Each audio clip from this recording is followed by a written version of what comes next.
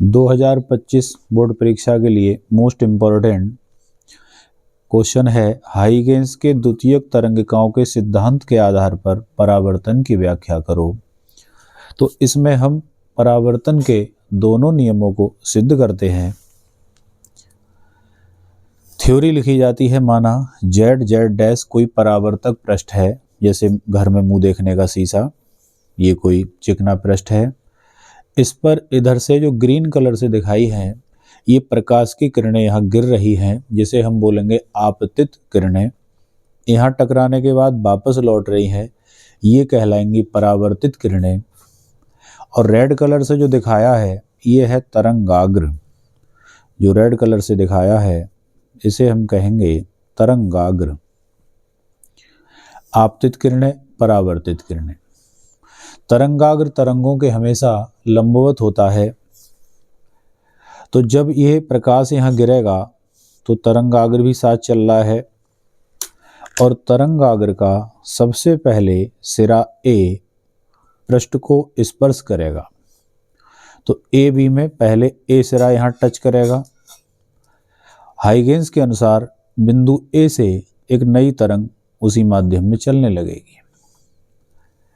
सिरा बी यहाँ से यहाँ तक पहुँचने में टी टाइम लेगा, और यहाँ से यहाँ पहुँचता है बिंदु ए पर, ए डैश पर। तब जब भी यहाँ पहुँचेगा तो यहाँ से भी एक नई तरंग माध्यम में चलने लगेगी। जितने समय में बी सिरा यहाँ पहुँचेगा, उतनी देर में यहाँ से चलने वाली तरंग कहीं यहाँ तक पहुँच गई होगी, और इस बिंदु को हमने लिखा बी डैश।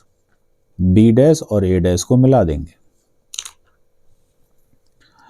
ये कोण हम मानेंगे आई, और ये कोण आर।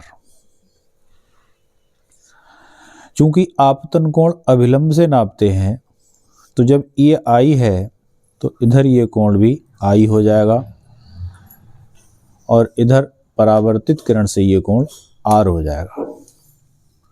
तो आई यहाँ है आपतन कोण, और आर यहाँ पर है परावर्तन कोण।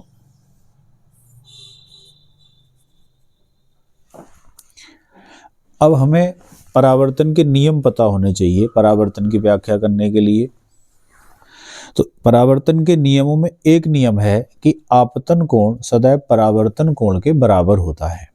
उसे सिद्ध करने के लिए हम त्रिभुज ए बी ए डैश और त्रिभुज ए बी ए डैश और A B dash A dash, इन त्रिभुजों पर विचार करेंगे।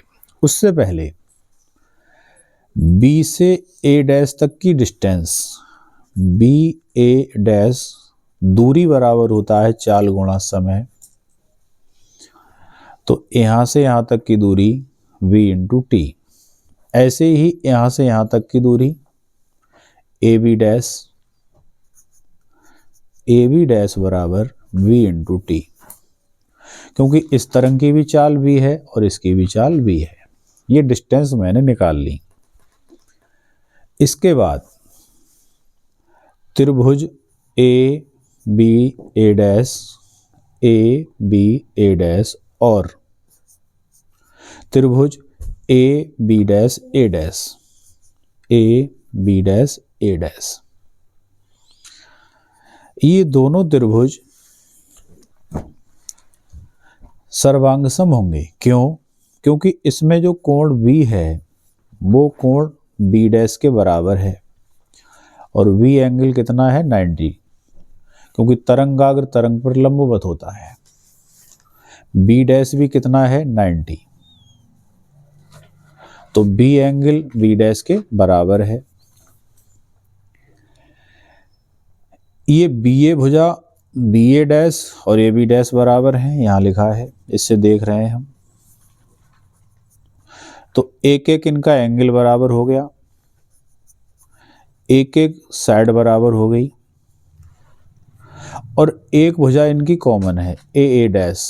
ये साइड, ये भुजा इस त्रिभुज की भी है और इसकी भी है, तो AA डैश इज कॉमन। ये जो तीन कंडीशन मैंने इनकी लिखी, ये तीनों ही कंडीशन इन दोनों त्रिभुजों को सर्वांगसम करेंगी। तो दोनों त्रिभुज सर्वांगसम हो जाएंगे। सर्वांगसम होने पर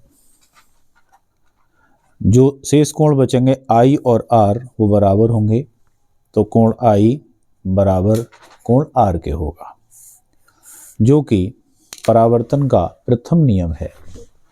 तो ये पहला नियम सिद्ध हो जाता है। एक बार रिपीट करते हैं तेजी से पूरे को। सबसे पहले ये तरंगाग्र आ रहा है इधर को, तो B से A डैश तक की दूरी BA डैश बराबर चाल गुणा समय।